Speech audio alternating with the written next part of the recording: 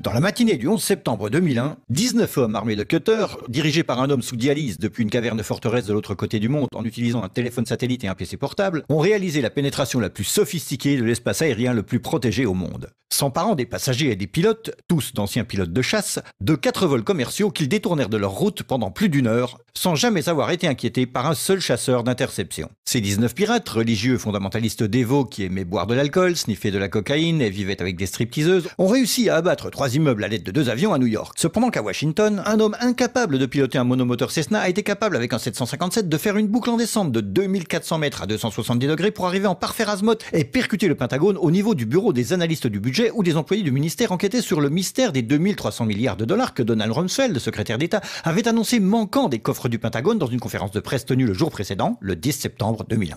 Par chance, les médias ont su qu'il avait fait en quelques minutes. Osama bin Laden. Et les grands pontes en quelques heures. Osama bin Laden. Les officiels dans la journée. Terrorists who committed these acts and those who harbored them. Et les preuves sont littéralement tombées dans la poche du FBI. That a hijacker's passport was found blocks from the World Trade Center crash site, if you can believe that. Mais pour une raison ou une autre, des conspirationnistes fous ont demandé une enquête sur la plus grosse attaque perpétrée sur le sol américain de toute l'histoire. Cette enquête a été retardée, sous-financée, sabotée, en conflit d'intérêts et menée secrètement du début à la fin. Elle était basée sur des témoignages obtenus sous la torture et dont on a détruit les enregistrements. Elle n'a pas mentionné l'existence du Building 7, Double Danger, Pletch, Sybil Edmonds, Ben Laden et la CIA, et les manœuvres militaires simulant des avions détournés et jetés sur des immeubles menés au moment précis où c'était en train de se produire. Elle a été trompée par le Pentagone, la CIA, l'administration Bush. Et à propos de Bush et Cheney, eh bien, personne ne sait ce qu'ils ont dit car leur témoignage était secret, pas enregistré, pas sous serment et à huis clos. Ce n'était pas important de chercher qui a financé les attaques, car cette question a peu de signification pratique.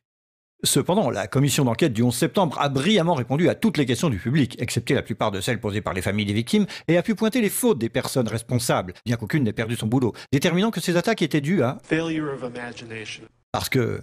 Nobody in our government, at least, and I don't think the prior government that could envision flying airplanes into buildings.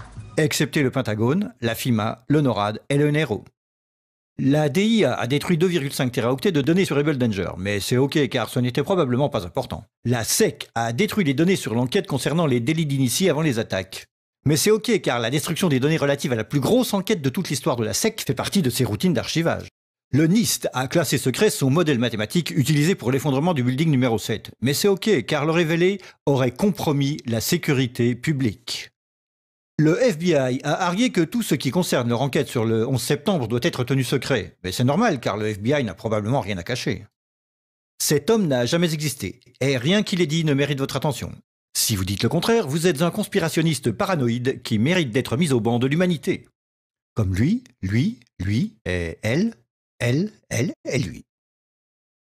Ben Laden a vécu dans une grotte forteresse des montagnes d'Afghanistan, mais il a pu s'échapper. Puis il s'est caché à Tora Bora, mais il a pu s'échapper. Puis il a vécu 10 années à Abbottabad, mettant en échec le réseau d'espionnage le plus efficace et le plus sophistiqué du monde et de l'histoire, tout en publiant vidéo sur vidéo en totale impunité, rajeunissant au gré des vidéos réalisées, avant d'être capturé par un vaillant commando de Navy SEAL dans une opération non filmée, durant laquelle il n'a pas résisté ou peut-être utilisé sa femme comme bouclier humain, et pendant laquelle ces as des forces spéciales ont paniqué et tué cet homme désarmé, censé être la meilleure source d'information de la planète concernant le terrorisme. Puis ils l'ont jeté dans l'océan avant d'en parler à quiconque. Puis 2 douzaines de membres de ce commando ont péri dans un crash d'hélicoptère en Afghanistan. Ceci est l'histoire du 11 septembre, comme elle vous est rapportée par les médias qui vous ont dit la pure vérité sur... Et... They took the babies out of the incubators. Et... Mobile production facilities. Et... The rescue of Jessica Lynch. Si vous avez un doute sur cette histoire, vous êtes une chure de rat, un paranoïaque, un cinglé, vous détestez les chiens et les enfants et vous serez conspué par le monde entier. Si vous aimez votre pays et la liberté, la joie, les arcs-en-ciel, le rock, les chiots, les tartes aux pommes et votre grand-mère, alors vous n'émettrez jamais le moindre doute sur aucune des parties de cette histoire, à personne, jamais.